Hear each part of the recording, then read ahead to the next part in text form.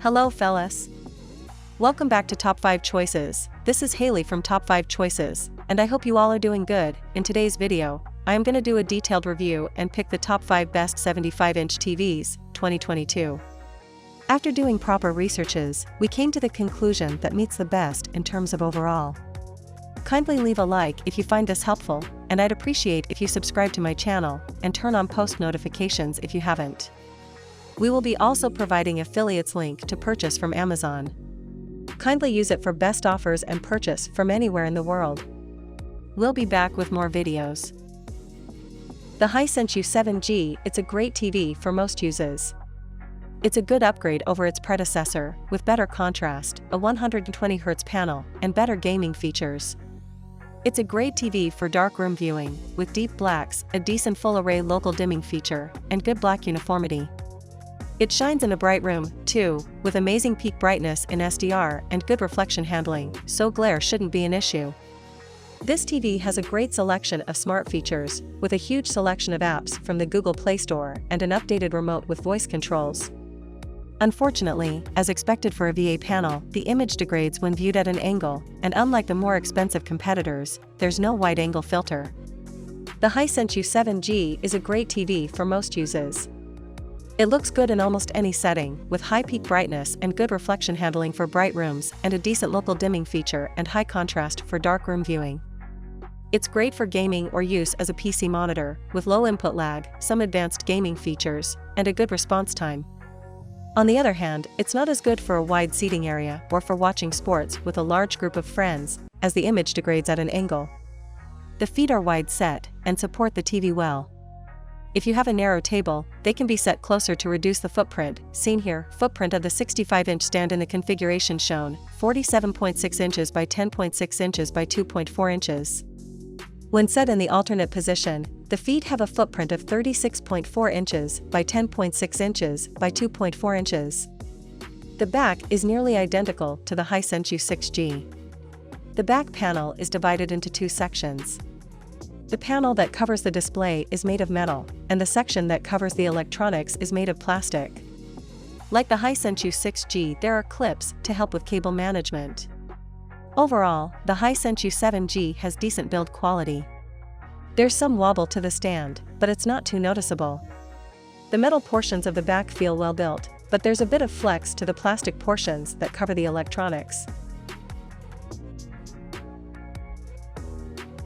The TCL 6 Series/R635 QLED is a flagship 4K LED TV. It's part of TCL's 6 Series lineup that includes the TCL 6 Series/R646 QLED and the TCL 6 Series/R648 8K QLED, and this model has Roku TV as its built-in smart interface. It's user-friendly and has a ton of apps available to download.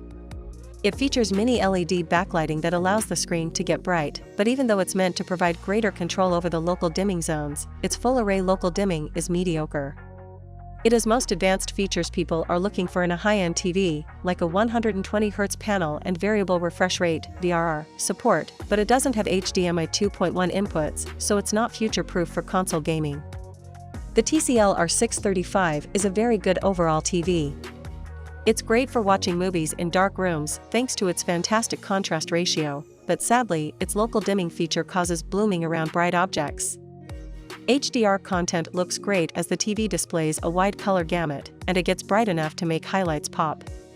It also has great gaming features like a quick response time and VRR support, but it doesn't have HDMI 2.1 support. It's good for watching sports and shows in bright rooms, but it has narrow viewing angles if you have a wide seating arrangement. The stand is fairly wide, so you may need a large table to place the TV on. Footprint of the 55-inch stand, 42.1 inch x 13.6. The back of the TCL 55 R635 looks a bit different from that of the TCL 6 Series/R625. The top half is made from a shiny, glossy plastic that feels solid. The bottom half, where the inputs are, is made from matte plastic that feels a bit cheap. Cable management is serviced through the feet. The TCL 6 Series Mini LED has good build quality. The stand is solid, and the TV doesn't wobble all that much. The TV is mainly plastic, which sadly feels a bit cheap on the back. The Sony A90J OLED is an amazing 4K TV from Sony's Master Series. Like other OLEDs, it delivers unparalleled picture quality thanks to its self-emitting pixels, which produce perfect blacks and a near-infinite contrast ratio. While its HDR brightness is only decent relative to LED TVs, it still delivers a great HDR experience thanks to its wide color gamut and high contrast ratio. It also has a near-instantaneous response time for clear motion, but some gamers may be disappointed by the lack of variable refresh rate (VRR) support, even though it's set to arrive with a future firmware update. On the upside, it has two HDMI 2.1 ports, eARC, and Dolby Vision support. It also has wide viewing angles and superb reflection handling. As with all OLEDs, there's some risk of permanent burn-in, but we don't expect it to be an issue if you watch varied content. The Sony A90J is an amazing TV for mixed usage. It delivers exceptional picture quality for movies and TV shows, and its near-instantaneous response time results in smooth motion for sports and video games. While it doesn't get as bright as an LED TV, it's bright enough to bring out most highlights in HDR, aided by its near-infinite contrast ratio. Unfortunately, there's a risk for permanent burn-in, though it shouldn't be an issue if you watch varied content. The Sony A90J looks similar to other high-end Sony OLEDs, but with a newly designed stand that offers more adjustability. With its thin bezels and metal accents, it looks sleek and premium and is sure to make an impression in any living room. The Sony A90J doesn't have much in the way of cable management except for some paneling that covers a portion of the cables and an included cable tie, but overall it looks fairly clean. The back of the panel itself is metal, while the rest is plastic with vertical ridges. The build quality of the A90J is superb. The Samsung QN98 QLED is an excellent TV. It's Samsung's flagship 4K TV in their new Neo QLED lineup, which is an upgrade from their traditional QLED lineup because it uses Mini LED as its backlighting. This allows the TV to get extremely bright, enough to combat glare or bring out highlights in HDR content, and it provides more control over its full-array local dimming feature. The local dimming does a great job at improving the picture quality, but you may notice there's some blooming around bright objects. It's packed with gaming features like FreeSync, variable refresh rate support, VRR, and GSANC compatibility. It also has HDMI 2.1 support, but some people may be disappointed that it's limited to one input. Despite having a VA panel, it has fairly wide viewing angles thanks to Samsung's Ultra Viewing Angle technology, so it should be a good choice for fairly wide seating arrangements. The Samsung QN90A is an excellent TV for any use.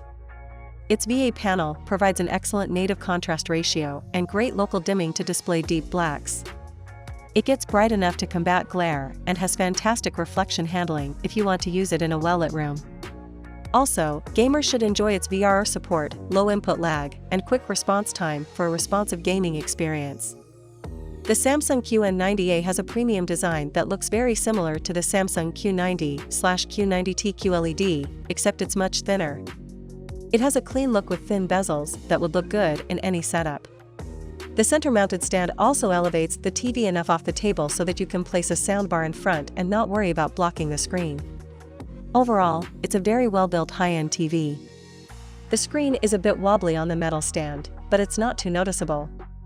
Footprint of the 55-inch TV, 11.8 inches by 9.2 inches.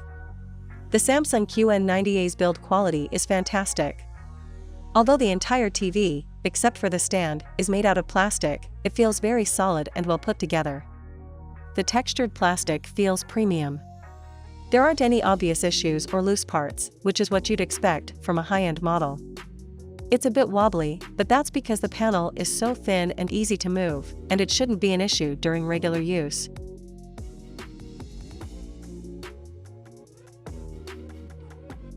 The LG C1 OLED is the 2022 replacement for the LG CX OLED. As expected, it's an amazing TV, but aside from a few minor tweaks and upgrades, like the new Game Optimizer settings, a redesigned Magic Remote, and a new version of WebOS, it performs about the same as its predecessor. Like all OLED TVs, it has self-lit pixels that can be turned off individually to produce an almost infinite contrast ratio, with dark inky blacks and no distracting blooming around bright objects. Unfortunately, the unit we tested has exceptionally poor out-of-the-box color accuracy, but that can vary between units, so we may have just gotten one with a bad panel. Our testing also confirmed that, unlike the higher-end LG G1 OLED, it doesn't have LG's new Evo panel. Despite these quibbles, the C1 still has a lot to offer, including a new setting for lower input lag, as well as a near-instantaneous response time and variable refresh rate (VRR) support. The LG C1 OLED is an amazing all-around TV. It has stunning picture quality thanks to its near-infinite contrast ratio, which is great for watching movies or gaming in the dark. The near-instantaneous response time makes motion look exceptionally clear in fast-moving games and sports, and its low input lag is great for gaming or use as a PC monitor. While it doesn't get very bright for HDR, its high contrast helps it deliver an impressive HDR experience. The stand supports the TV well and feels very solid. It sits fairly low, so placing a soundbar in front could potentially block the screen a bit. As mentioned, the stand is quite wide, almost as wide as the TV itself, so you'll need a big table or console if you're not wall mounting it. Footprint of the stand, 36.1-inch x 9 for the back of the TV is similar to the LG CX OLED, and the plastic bottom half has slight horizontal etchings to give it texture. The top half of the TV and parts of the stand are made of metal. There's a slot in the back of the stand for cable management. The LG C1 OLED TV feels incredibly well built, much like the LG CX OLED. The metal on the back and in the stand gives it a premium, sturdy feel, and while there's a bit of flex around the inputs, it feels very solid overall. There are no obvious gaps or areas of concern, and we don't think anyone will have any issues with the overall build quality.